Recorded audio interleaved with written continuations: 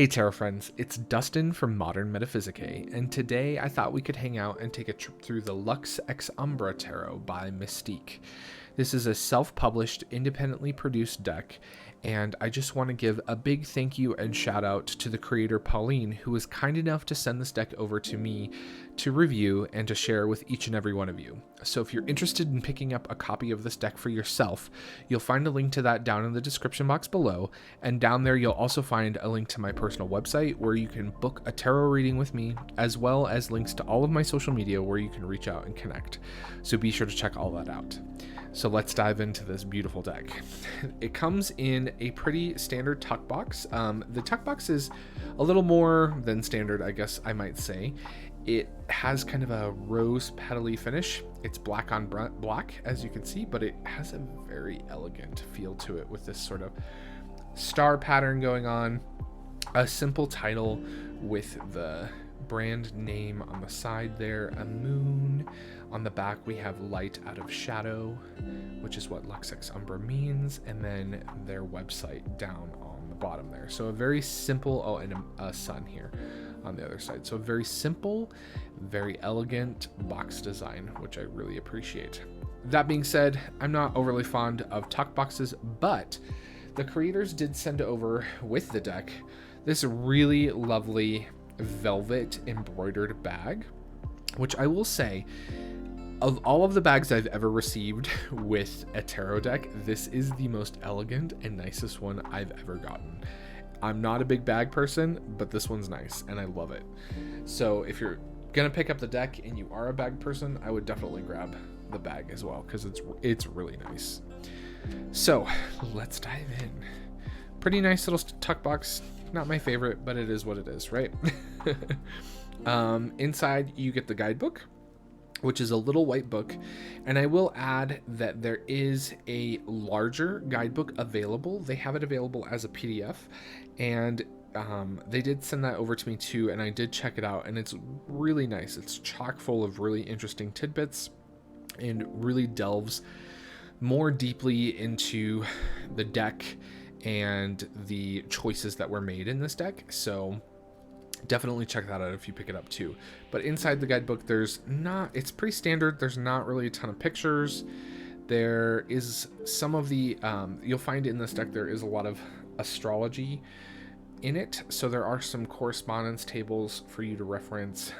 There's a little section in the back on rituals and tarot spreads, which is wonderful. Yeah, I mean, it's a pretty standard little guidebook. There's a lot of good little nuggets of wisdom in here. I enjoyed going through it. Definitely worth checking out if you do pick up the guidebook. And the guidebook is that similar sort of rose petally finish and black on black design, which is nice. The card backs have this sort of star constellation pattern going on, and it is again that really lovely black on black. It is it's a really subtle rose petal finish. It's not anywhere compared to any of the other decks that I have with a similar finish. It's much more smooth and much more matte than those, but it's ever so subtly rose petal ish. And the copyright is down here on the bottom. So the backs, with that and the way the constellations are designed, the backs are not reversible. So if reversals are important to you, that is something to keep in mind. But you can see it is that, again, that really cool black on black printing, which catches the light, and you get just this really beautiful effect when you are holding it. And it just looks about 10 times better in person, to be honest, than it does on camera. So the backs are really lovely. The cardstock is, it's a really nice thick cardstock. And as you probably may have seen already, the deck is gilt in a matte black, which is just really, really nice. As far as the size of the cards go, they are standard tarot size, so nothing too crazy. In fact, I think they're a little larger. Let's see here. They are a little, just ever so slightly wider and taller than standard tarot size. So not dramatic, but noticeable.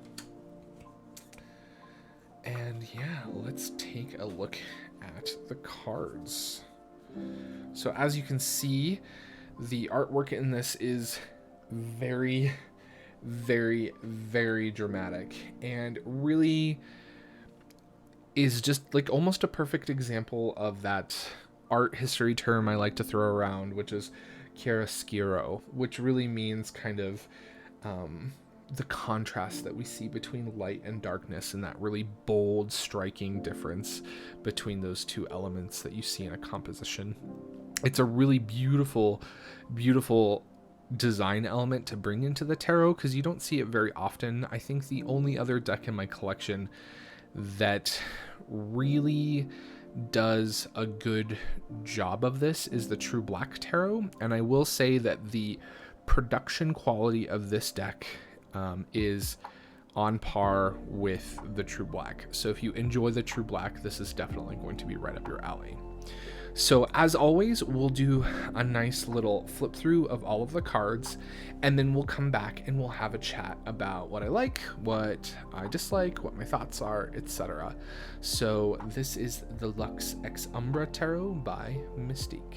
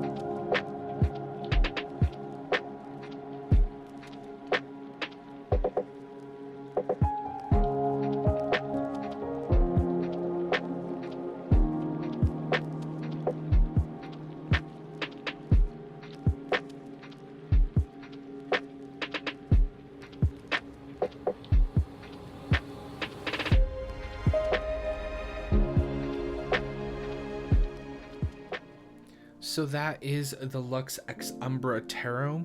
It is a really beautiful, gorgeous deck that definitely sort of takes It's not from the popular True Black Tarot. It is really unique in and of itself, though, and I think it's just a really interesting combination of systems and occult references and astrology. And the creator has really made something unique that I think really isn't expressed anywhere else in the tarot marketplace right now. So it's definitely one of those sort of decks that I've really kind of grown to enjoy working with because of its uniqueness. The major arcana in this deck is just, I mean, it's stunning, you guys, right? I mean, it's really beautiful. I love the fact that most of the cards don't have human figures represented in them. It's one of those things that I just thought was really beautiful. And you can see that there's a lot of hidden sort of symbolism and meaning put into all of this, right? So there's specific plants and herbs being represented on this with the mortar and pestle. You have the elements being represented not only with this sort of fire and water, air, lightning, smoke thing going on, but you actually have the elemental symbols, right?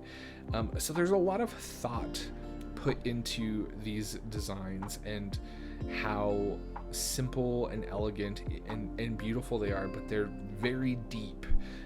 The more I worked with this, the more I saw these little nuggets of symbolism and meaning popping out in the cards, which I really loved. I love the Empress and the spider down at the bottom, which I just think is such a great addition to this card.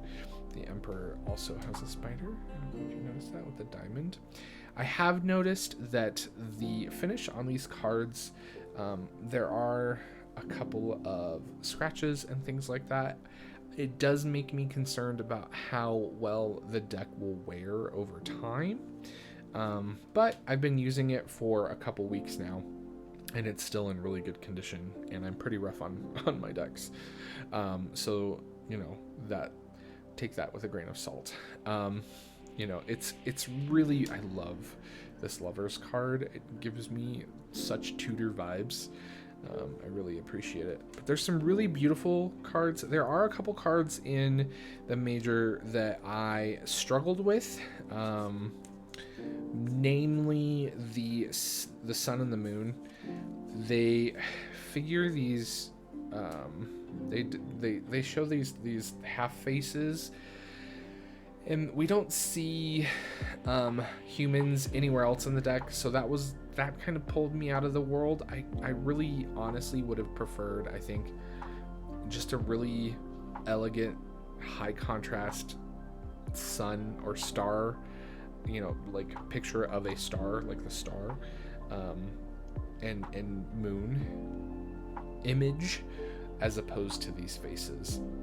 I do appreciate them and they are beautiful, but I just like, they're definitely the Where's Waldo of the deck, and they just kind of stick out like a sore thumb.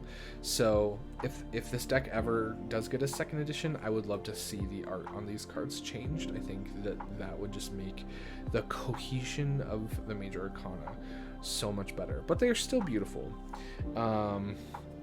Judgment, I thought, is like one of my favorites in the deck because of just all of the Ma'at symbolism that we have going on. I just really loved that.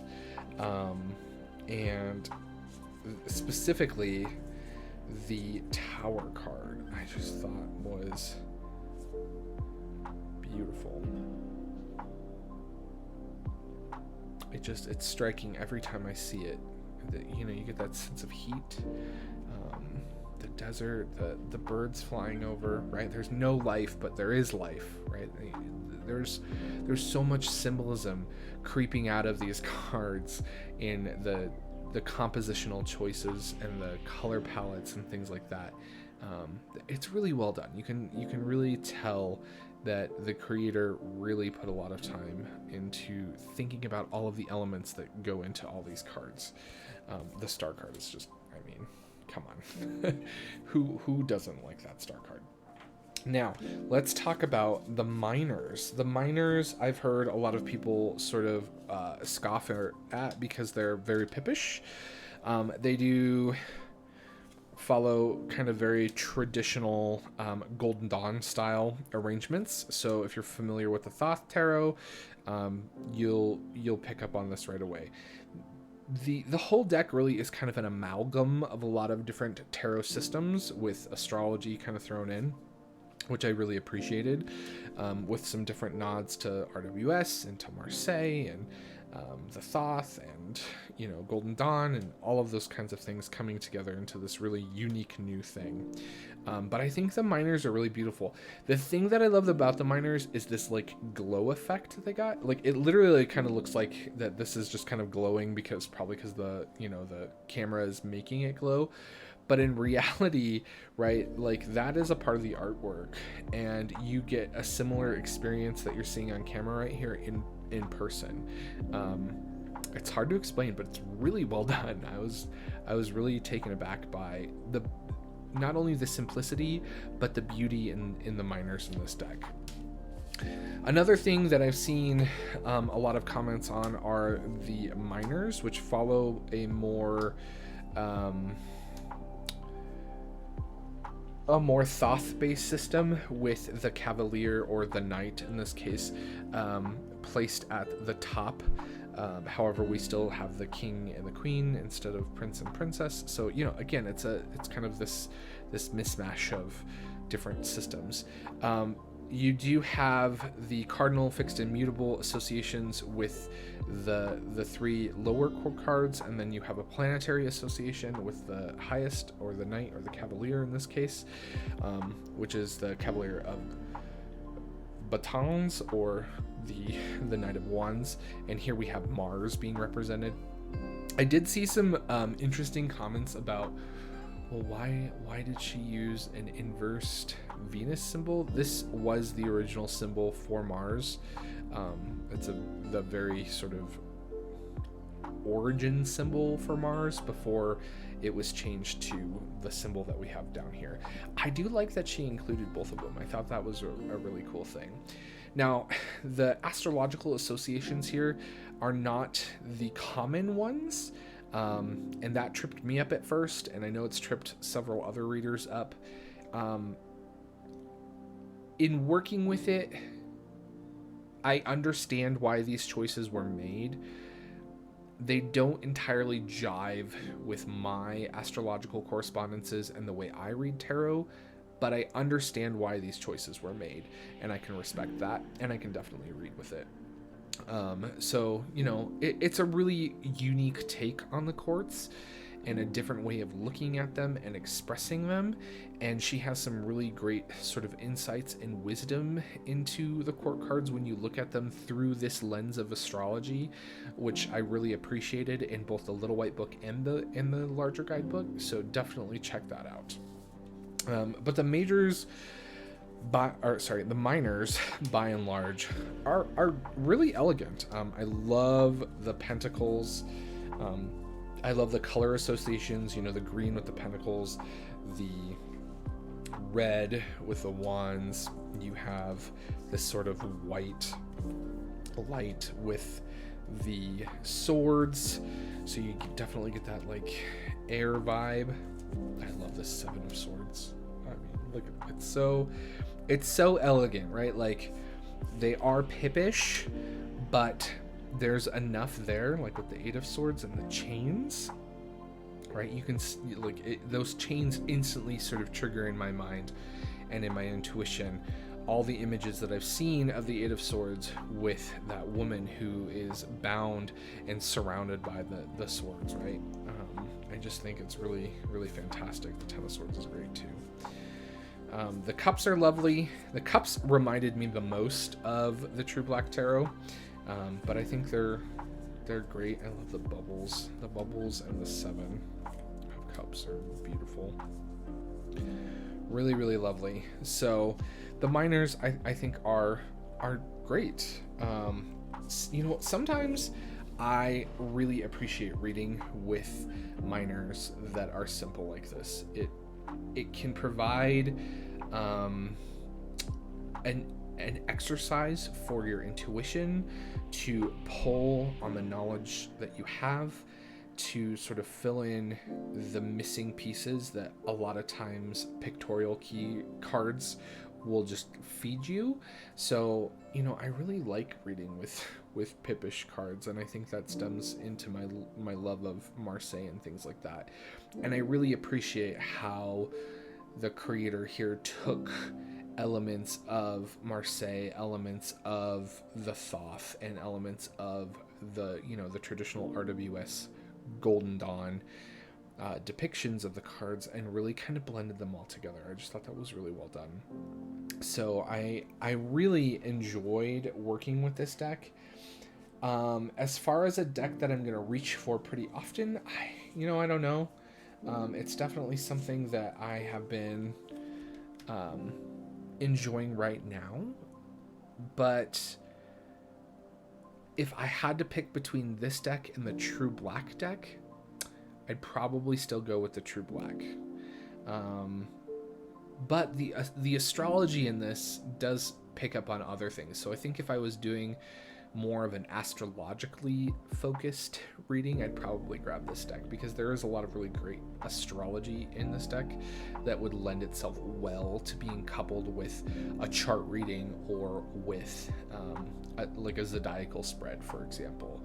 So I think it is really unique, and the only thing that comes close to it is the True Black, which is another one of my absolute favorites. And I do have a full walkthrough of the True Black Tarot on my channel. I'll put it up in the cards up here. If you haven't checked that out, you can check it out. So yeah, that is the Lux Ex Umbra Tarot. It's a beautiful deck. I'm very thankful to have received it and have it as a part of my collection. Let me know in the comments down below what you think about this deck, and if you have it, what you enjoy about it, what it's taught you, what you've been challenged by, and things like that. Because I think, you know, for me, every time I get a deck, that's really what it's all about. What is that deck going to teach me? What does that new thing in my collection have to offer that something else, you know, in my collection doesn't have, and the lesson that is learned there.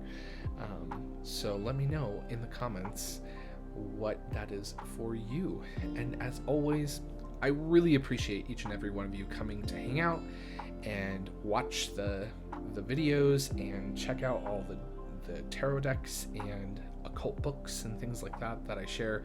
So thank you so much. Be sure to give the video a thumbs up and subscribe if you haven't already. It really helps the channel and the community to grow. And as always, everyone, remember, everyone is fighting a battle that you know nothing about. So be kind, always. Bye, everybody.